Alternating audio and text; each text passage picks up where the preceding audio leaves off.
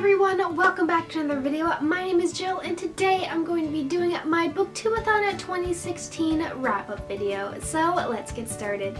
So this is going to be my last Booktube-A-Thon update video for all of you guys out there that have not participated in the Booktube-A-Thon and are getting sad because I haven't been posting videos that pertain to you. They are coming. I actually pre-filmed a bunch of videos that don't have to do with the Booktube-A-Thon that I will be putting up very, very soon. So yeah, stay tuned for those. And for everyone who did participate in the Booktube-A-Thon, I hope you guys did amazingly. I watched so many amazing update videos from some of my friends. I met a lot of new people. It was just a wonderful, wonderful experience. So I'm going to be getting into what I read for the Booktube-A-Thon and what challenges I completed and all that good stuff. And then at the end, I'm going to be talking a little bit about my critiques and things like that about the Booktube-A-Thon in general, because this was my first year doing the Booktube-A-Thon, and so I just wanted to do some general thoughts at the end. So yeah, let's get into what I read.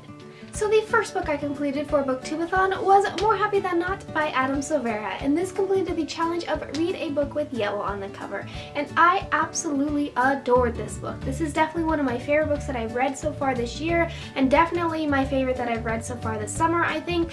It is fantastic. Basically, there's this boy named Aaron, and in this world there is this thing called the Letio device, which basically is used to erase certain memories. So if you had a traumatic event and you want to have your memories erased, then you can do that. They basically suppress your memories to where you don't remember that specific event happening. And so Aaron, it's basically in this world, and Aaron has this wonderful girlfriend named Genevieve, but then he meets this boy named Thomas. He's like the new boy in the neighborhood, and Aaron actually starts to fall for Thomas, and all this stuff happens, and basically Aaron has to come to terms with the fact that he's gay, and it was wonderful. Adam Silvera's humor makes me laugh so much. Adam Silvera is hilarious. He's now one of my favorite authors. I follow him on Twitter. He's amazing. And this book was just honestly fantastic. I loved it so much, and I would highly recommend it. It is the best LGBT book that I have read. It is wonderful. It was so very sad. I'm not exaggerating, I was on the floor in a fetal position sobbing because this book was so sad, but it was wonderful at the same time. So yeah, those are my thoughts on More Happy Than Not by Adam Silvera. I absolutely loved it. I might be doing a review for it sometime soon because I really enjoyed it, and I think it deserves to have a review. So yeah. Or the next book that I read was Salt to the Sea by Ruta Sepetys, whatever, and this completed the challenge of read a book only after sunset. I only read this one. It was after sunset, and this was also my book club book for the month, and it was really fantastic. I love this book as well. It is historical fiction following 4 different teenagers, and they're all from different backgrounds, and it's during World War II, and it basically follows this tragic event on the Wilhelm Gustloff, and this is a ship, and it sinks, and it's terrible, and basically we follow the perspective of 4 different teenagers, all having different backgrounds. It was fantastic. It's so very important. I would highly recommend it. It needs to get the praise that it deserves, this story, but also the event, because I actually had no idea that this event happened, and it's a very important event that people don't really talk about. So I mean, this is definitely one that I would recommend because this story deserves to be told. So yeah, and I think, okay, I gave this book 4 out of 5 stars. More Happy Than Not, I gave 5 out of 5 stars. And the next 3 books I read were books 1 through 3 of the Series of Unfortunate Events books. The first one being The Bad Beginning, then The Reptile Room, then The Wide Window. And this completed the challenge of read and watch a book-to-movie adaptation, and I read all of these books, and then I watched the 2004 version of the movie with Jim Carrey on it that follows the first 3 novels, and the movie was hilarious. I was not expecting the movie to be this funny. I thought the books were they reminded me so much of childhood, and I love them, but they didn't make me laugh as much as the movie did. The movie was excellent. So these are just classics to me. They're my childhood, so obviously I'm going to love them. I think I gave them all 4 stars just because they aren't quite 5 stars, but they are definitely my childhood, so I loved it. But getting onto the movie was absolutely fantastic, like I already said. It's hilarious, but I did think it was a slightly weird because they sort of changed the ending of the first book, but then added back in the right ending to the first book at the end of the events of the third book, so it was like out of order and weird.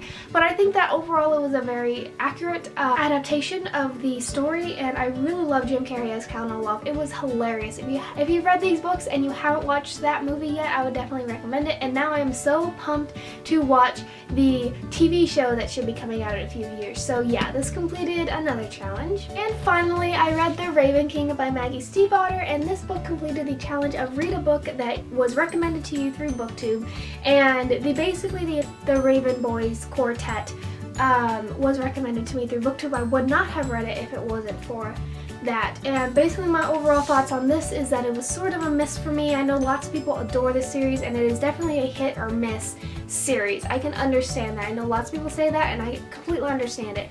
And it was mostly a miss for me. Overall, I think I gave this 3.5 stars. It was just, I was confused most of the time. I didn't really care. I was bored.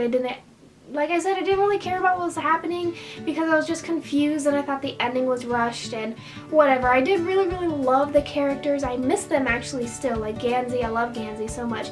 And the Pinchfields were intense. I loved that aspect of this book.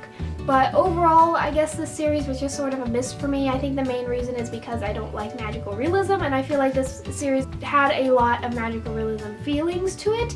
So I'm thinking that is why I didn't really enjoy it as much as most people, but I do appreciate the thing that Maggie Stiefvater is doing. I completely understand why people love this series so much. It just honestly wasn't my piece of cake, honestly. So I do really love all the characters, but I was just confused and I did not buy anything that was really happening. So yeah, this is the last book that I read. So this is my Booktube-A-Thon 2016, all the books that I read. So I ended up completing 4 challenges and reading 6 books, and I will put how many pages that is here. Actually, I haven't counted them up yet. But yeah, so I completed Yellow on the Cover, Only After Sunset, book to movie adaptation, and recommended to you through Booktube. Yeah, obviously I didn't complete 3 other challenges, which were to read a book that is older than you, read a book by your favorite author, and complete 7 books. I was really, really busy this week. I guess I wasn't busy, I was just like distracted by lots of stuff.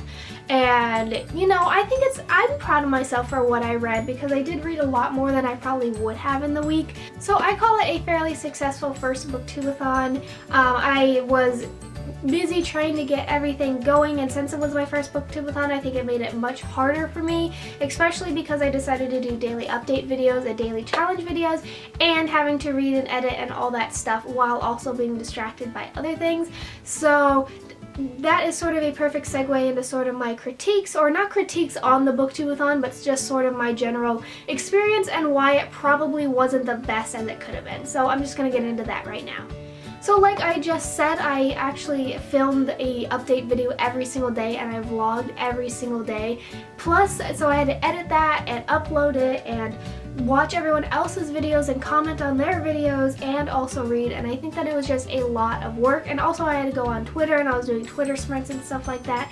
I just feel like, personally, it would have been better if I didn't do daily update videos. It would have been better if I just did the challenges for the day and maybe not vlogged and maybe did a whole vlogging thing at the end of the Booktube-A-Thon like I know some people do. They do like a whole wrap up and vlogs at the end. I feel like that might have been the best way to go, and I think next year I'm definitely going to be participating, but that'll probably be the way that I go, just because it was a lot of work, it was a lot of stress. It was very rewarding, very, very fun and everything, but it was just a lot to do in a week. And so yeah, and also Twitter. I have a Twitter. I have it linked down below. I actually didn't participate in very many Twitter sprints just because I found that sort of overwhelming. I don't know, it was just a little weird for me to be on Twitter and trying to read and like all that stuff. When I went on Twitter, I would always get distracted and like stop reading and everything. But yeah. So overall, I really, really love this Booktube-A-Thon. I love this community with all my heart. I'm just thrilled that Ariel Bassett created this wonderful event that can bring us all together, and I thank her for all the work that she put in, and I cannot wait for the next year when I can hopefully have a better game plan when it comes to getting actual reading done as opposed to focusing on uploading videos.